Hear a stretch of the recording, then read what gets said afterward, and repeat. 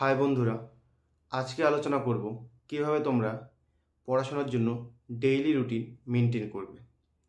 দেখো, চাকরি পাওয়ার জন্য তো সবাই ইচ্ছুক, কিন্তু প্রতিদিন যে পড়াশোনা, প্রতিদিন যেটা কাজ, সেটা অনেকেই কন্টিনিউ করতে পারে না। যার কারণে এত চাকরি প্রার্থী থাকলেও সবাই চাকরি পায় না বা সবাই সাকসেস পায় না। তো আজকে আলোচনা করব এই বিষয়টা নিয়েই, যেটা আমি আমার জীবনে ফলো করেছি। তো আমি আমার অভিজ্ঞতাগুলো তোমাদের শেয়ার করব। বলছি না যে আমি যেভাবে করেছি সেভাবেই তোমাদের করতে হবে, তবে তোমরা সেখান থেকে শুনে বা বুঝে তোমরা নিজেদের মতো করে তোমাদের রুটিন বানিয়ে ফলো করতে পারো। তো দেখো, তোমরা যদি একজন স্টুডেন্ট হও, অর্থাৎ কোনো চাকরি বা কোনো কাজের সাথে যুক্ত না থাকো, তাহলে তোমাকে অবশ্যই দৈনিক 8 থেকে 9 ঘন্টার একটা রুটিন তোমাকে বানাতেই হবে। কারণ এখন যা কম্পিটিশন, তো তোমাকে প্রতিদিন 8-9 ঘন্টা পড়তে হবে। এবং আমি নিজেও 8-9 ঘন্টা পড়াশোনা করেছি। এখন দেখো, এখানে একটু কম বেশি হতে পারে, সবার ব্রেন একরকম হয় না। আর তুমি যদি ওয়ার্কিং পারসন হও, তাহলে তোমার কাজের পরে যে সময়টা তুমি পাবে, সেই সময়টাকে তোমাকে ইউটিলাইজ করতে হবে। তুমি যে যতটাই টাইম পাও, 3 ঘন্টা, 4 ঘন্টা, 5 ঘন্টা, তোমাকে বের করে নিতে হবে এবং সেটাকে কাজে লাগাতে হবে। তো দেখো, আমি ধরে নিচ্ছি তুমি একজন স্টুডেন্ট, যে তোমার এখন কাজ শুধুমাত্র পড়াশোনা। তোমাকে সকাল 6টা থেকে রাত 12টা, এই যে 18 ঘন্টার টাইমিং, তার মধ্যে 8 থেকে 9 ঘন্টার একটা রুটিন বানাতে হবে। এখন তুমি বলতে পারো যে আমি তো সকাল 8টার আগে ঘুম থেকেই উঠি না। তাহলে আমি তোমাকে বলবো, তোমার তো সকাল 6টায় সবার থেকে আগে ওঠা দরকার এখন।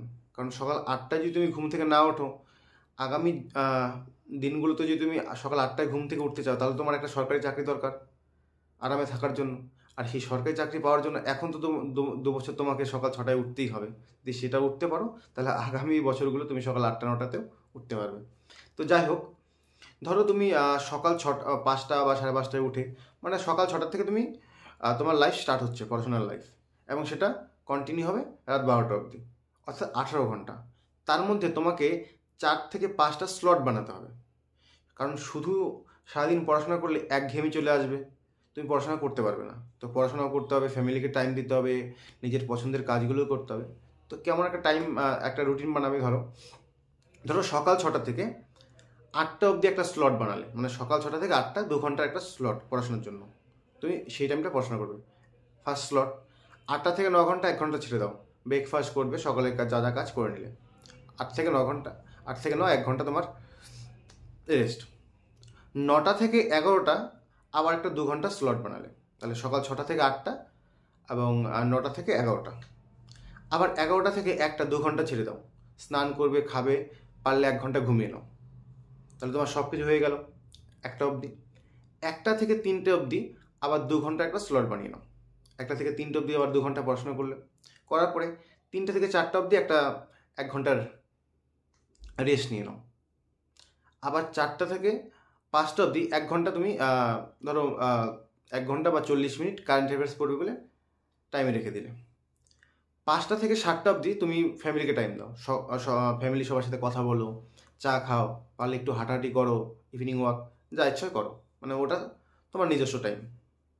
7টা থেকে 9টা অবধি আবার 2 ঘন্টা একটা স্লট, তাহলে কটা স্লট? 4টে স্লট হয়ে গেল। 6টা থেকে 8টা, 9টা থেকে 11টা, 1টা থেকে 3টে, 4টা থেকে 5টা, আর 7টা থেকে 9টা, 5টা স্লট হয়ে গেল। তাই 9টা অবধি হয়ে গেল। 9টা থেকে 10টা তুমি ডিনার জন্য রেখে দাও 1 ঘন্টা। তারপরেও দেখো 10টা থেকে 12টা আরও 2 ঘন্টা একটা স্লট, তা টোটাল 6টা স্লট হয়ে যাচ্ছে। আমি তোমাকে 5টা স্লটের কথা বললাম, কিন্তু তোমার স্লট দরকার করা 4টা হলে যথেষ্ট। একটা ম্যাথ, একটা রিজনিং, একটা জিকে, একটা ইংলিশ, আর তার সাথে ওই 30 মিনিট বা 40 মিনিটের একটা স্লট থাকবে শুধু কারেন্ট অ্যাফেয়ার্সে। তাহলে দেখো, তুমি যদি এভাবে স্লট বানিয়ে নাও, তাহলে তোমার পড়াশোনা হচ্ছে, ফ্যামিলিকে টাইম দেওয়া হচ্ছে, নিজের পছন্দ মতো গান শুনতে পারছো, পারলে 1 ঘন্টা ঘুমিয়ে নিতে পারছো। এভাবে যদি একটা স্লট বানিয়ে নাও, তাহলে তোমার সুবিধা হবে দৈনন্দিন যে পড়াশোনার রুটিন সেটাকে মেনটেন করা। এখন চলে আসি, ধরো এভাবে তুমি তোমার যার যেরকম সুবিধা, ধরো কেউ টিউশন পড়াচ্ছ, তাহলে সেই টাইমটা বাদ দিয়ে যার যেভাবে সুবিধা এরকম একটা স্লট বানিয়ে নেবে। এখন ধরো যারা নতুন, তারা কীভাবে এই স্লটগুলোতে কাজে লাগাবে? ধরো তুমি ম্যাথ করছো, তুমি কিছু জানো না, কোচিং থেকে বা ইউটিউব থেকে যেখান থেকেই পড়ছো, ম্যাথের যে 2 ঘন্টা স্লট, 2 ঘন্টার জায়গায় 3 ঘন্টা হতে পারে কোনো দিন। কারণ কি, এটা তো কোনো ফিক্স নয় যে 2 ঘন্টাই পড়বো, 3 ঘন্টা হতে পারে।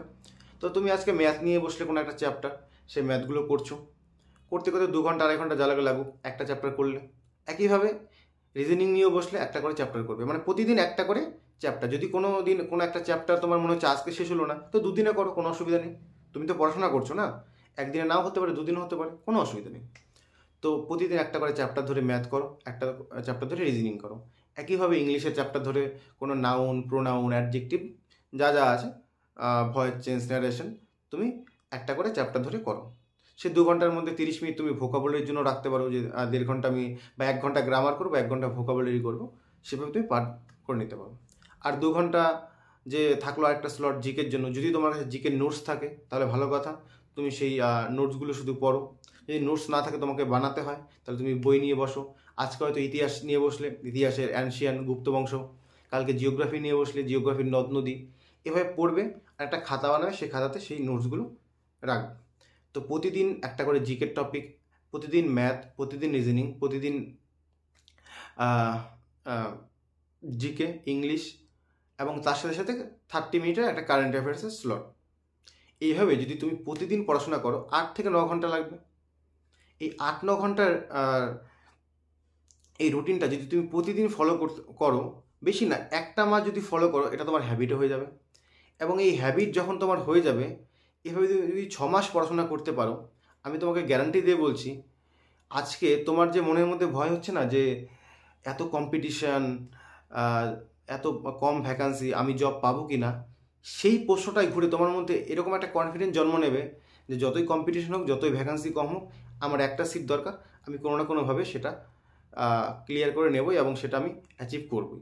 এই যে কনফিডেন্সটা কোথা থেকে আসে? যখন তুমি পড়াশোনা করবে, দৈনিক যদি তুমি 8 ঘন্টা 9 ঘন্টা পড়াশোনা করো, তোমার মধ্যে ইমপ্রুভমেন্ট হবে। এই ইমপ্রুভমেন্টই তোমার মধ্যে কনফিডেন্স বিল্ড করবে যে না, আমিও পাবো, আমার দ্বারাও হবে। তো এগুলো না একদিনে আসে না, এই জন্য তোমাকে একটা রুটিন বানাতে হবে। আমি যেরকম করতাম, আমি একটা খাতা বানিয়েছিলাম ডেইলি রুটিনের। ধরো আজকে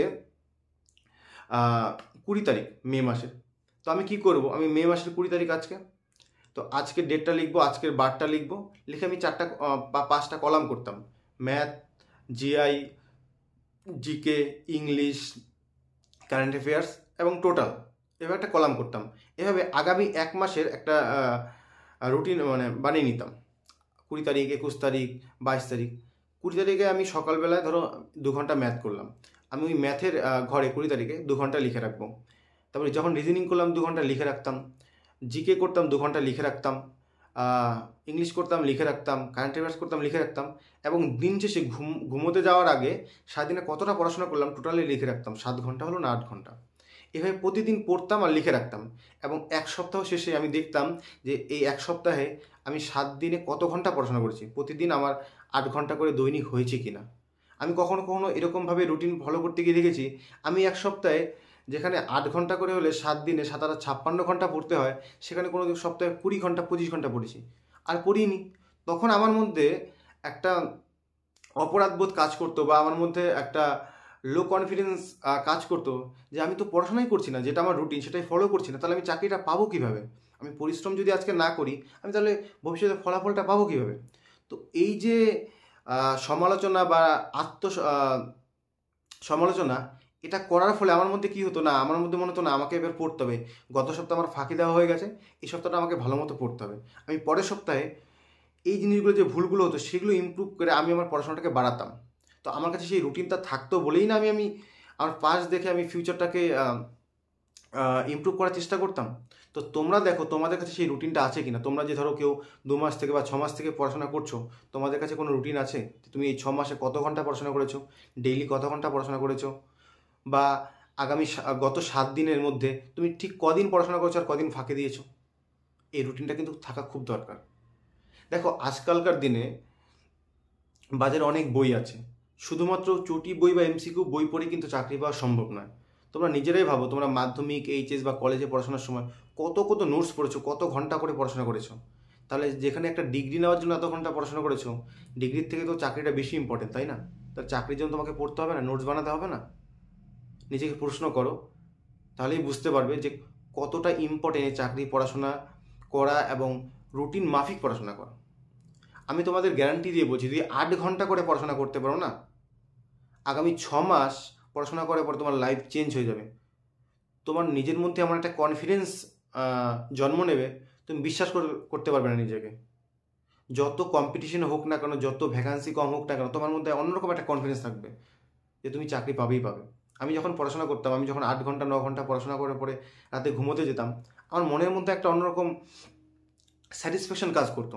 কারণ আমার টার্গেট ছিল 8 ঘন্টা বা 9 ঘন্টা পড়াশোনা করা। আমি তো সেটা করেছি, আমার সেটা ভালো লাগতো যে আমি আমার কাজটা করেছি। দেখো, এই দৈনন্দিন জীবনে শুধু তো পড়াশোনা নয়, দেখবে কালকে তোমার কোনো বন্ধুর বিয়ে, পরশু দিন কারো অন্নপ্রাশন, এগুলো কিন্তু থাকবে। তো তোমার যদি এই রুটিনটা থাকে, তুমি ধরো তোমার রাত 8টার সময় একটা বিয়ে অ্যাটেন্ড করতে হবে আজকে, তুমি কি করবে? তোমার জানা আছে তোমাকে 8টার সময় বিয়ে অ্যাটেন্ড করতে হবে, তাহলে সকাল থেকে সে রাত 8টা বাজার আগে তোমাকে 8 ঘন্টার পড়াশোনা কমপ্লিট করে নিতে হবে। তুমি সেই 8 ঘন্টা পড়াশোনা করলে, তারপর রাতে বিয়েতে গেলে, দেখবে সেই বিয়েতে গিয়েও একটা আলাদা রকমের স্যাটিসফ্যাকশন থাকবে। কারণ কি, তুমি তোমার পড়াশোনা করে এসেছো, তার মানে তুমি তোমার যেটা স্বপ্ন, তার জন্য যা পরিশ্রম, সেটা কিন্তু তুমি করছো, তুমি ফাঁকি দিয়ে কিন্তু বিয়েতে যাওনি। তো সেটা তোমাকে লক্ষ্য রাখতে হবে বা মেনটেন করতে হবে, তার জন্য এই রুটিনটা খুবই দরকার। আর বলবো, অযথা বন্ধুবান্ধব, অযথা গ্রুপ, অযথা যেগুলো অপ্রয়োজনীয়, সেগুলো থেকে নিজেকে বের করে নাও। যদি তুমি স্টুডেন্ট হও, যদি তোমার প্রয়োজন না হয়, তুমি সোশ্যাল মিডিয়া ইউজ করো না, ফেসবুক, ইনস্টাগ্রাম এগুলো ইউজ করো না। কারণ তোমার একটা পোস্টে 1000 লাইক পড়লো না 1000 কমেন্ট পড়লো, তাতে তোমার সংসার চলবে না। তোমার যদি ভবিষ্যতে তুমি প্রতিষ্ঠিত না হতে পারো, সোশ্যাল মিডিয়া কেউ এসে তোমার পাশে দাঁড়াবে না। তো নিজের ভালোটা নিজেকে বুঝতে হবে। আমি যখন পড়াশোনা করেছি, আমি এগুলো থেকে অনেক দূরে ছিলাম। এমনকি আমার যে ইউটিউব, এটা আমি 2016 সালে চ্যানেল খুলেছিলাম। আমি চাইলে আগের থেকে ভিডিও দিতে পারতাম, কিন্তু আমি জানতাম যে আমি নিজে প্রতিষ্ঠিত না হয়ে যদি আমি ইউটিউবে ভিডিও দিই, হয়তো একদিন YouTube video 10 lakh views, 15 lakh views হবে, তারপরের দিন 0 হয়ে যেতে পারে। এটা আমার কোনো পার্মানেন্ট সলিউশন নয়। আগে আমাকে নিজের পায়ে দাঁড়াতে হবে, তারপরে আমি আমার প্যাশনটাকে ফলো করতে পারি। একইভাবে তোমরা তোমাদের যেটা লক্ষ্য, সেটার জন্য সময় দাও। ইউটিউবে সে সমস্ত ভিডিও দেখো যেটা তোমার কাজে লাগবে। ইউটিউবে সার্চ করো কাজ কীভাবে বানায়, তারও ভিডিও পেয়ে যাবে। ম্যাগি কীভাবে বানায়, সেটারও ভিডিও পাবে। কিন্তু সেগুলো কি তোমার আদতে বা বাস্তবে কাজে লাগবে? যদি না লাগে, তাহলে সেগুলো থেকে নিজেকে দূরে রাখো। সোশ্যাল মিডিয়ায় কে কোথায় ঘুরতে যাচ্ছে, সেগুলো থেকে ডিপ্রেশনে গিয়ে লাভ নেই। নিজেকে তৈরি করো, প্রতিষ্ঠিত করো, তারপর নিজে ঘুরতে যাও, তারপর সেগুলো পোস্ট করো। আজকালকার দিনে পড়াশোনা করতে গিয়ে একটা ডিপ্রেশনের ব্যাপার চলে আসে। অনেকে আমাকে কমেন্ট করে বলে, ডিপ্রেস হয়ে যাচ্ছি। ডিপ্রেশন একটা পার্ট, কারণ এটা তো একদিনের দুদিনের জার্নি নয়।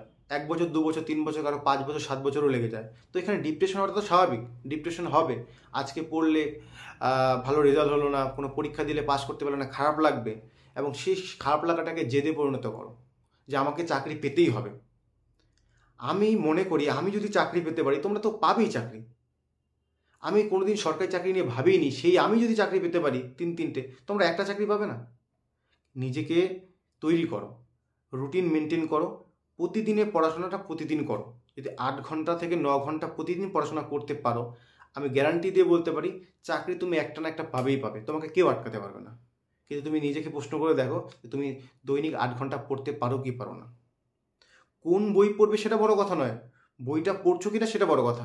আজকালকার দিনে সবাই স্ট্র্যাটেজি নিয়েই ব্যস্ত, পড়াশোনাতে কেউ মনোযোগই দিচ্ছে না। এই বই পড়লে ভালো হবে না ওই বই পড়লে ভালো হবে, যে কোনো বই পড়লেই ভালো হবে, কিন্তু বইটা পড়তে হবে।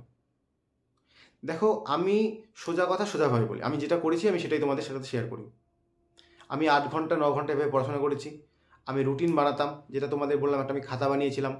আজকে কত ঘন্টা পড়ছি লিখে রাখতাম, কালকে কত ঘন্টা পড়ছি সেটা লিখে রাখতাম।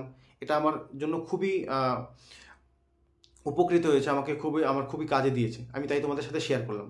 তোমরা এরকম একটা রুটিন বানাও, রুটিন বানিয়ে পড়াশোনা করো। আমি বিশ্বাস করি যে তোমরা যদি এইভাবে রুটিন বানিয়ে পড়াশোনা করতে পারো, তাহলে তোমাদের সাকসেস কেউ আটকাতে পারবে না। তো কোন বই পড়বে, কীভাবে পড়বে না ভেবে আজকে থেকেই পড়াশোনা করো, আজকেই রুটিন বানাও, আজকেই খাতাটা বানাও, এবং আজকে থেকেই সেটা মেনটেন করো। তুমি যখন প্রথম শুরু করবে, আমি তোমাকে বলছি তুমি 8 ঘন্টা পড়তে পারবে না, খুব বেশি হলে 2 ঘন্টা, 3 ঘন্টা, 4 ঘন্টা পড়বে, কোনো অসুবিধা নেই, তাতে হতাশ হওয়ার কোনো ব্যাপার নেই। 3 ঘন্টা দিয়ে শুরু করো, কন্টিনিউ করো, 1 মাস পরে দেখবে 3 ঘন্টায় 8 ঘন্টায় পরিণত হয়েছে। কিন্তু তোমাকে প্রতিদিন পড়তে হবে। প্রতিদিন যেমন ব্রাশ করো, স্নান করো, প্রতিদিন তোমাকে পড়তে হবে। আজকে যদি তোমার বাড়িতে অনুষ্ঠান থাকে, তুমি 2 ঘন্টা পড়ো। কোনো বিয়েতে যদি অ্যাটেন্ড করতে হয়, তুমি 3 ঘন্টা পড়ো। 8 ঘন্টা যদি নাও হয়, 3 ঘন্টা পড়ো। কিন্তু আজকে পড়াশোনাই করবো না বিয়ে বলে, এরকম করলে চলবে না। তোমাকে মিনিমাম পড়াশোনা করতেই হবে, পড়াশোনার সাথে তোমাকে লেগে থাকতেই হবে, কম হোক কিন্তু প্রতিদিন হতেই হবে। এভাবে পড়ো, আশা করি তোমার পড়াশোনা ইমপ্রুভ হবে। যেভাবে বললাম, এভাবে যদি তোমরা পড়তে পারো, তোমাদের অবশ্যই পড়াশোনা ইমপ্রুভ হবে। তো দেখা হচ্ছে তোমাদের সাথে পরের ভিডিওতে নতুন কোনো বিষয় নিয়ে।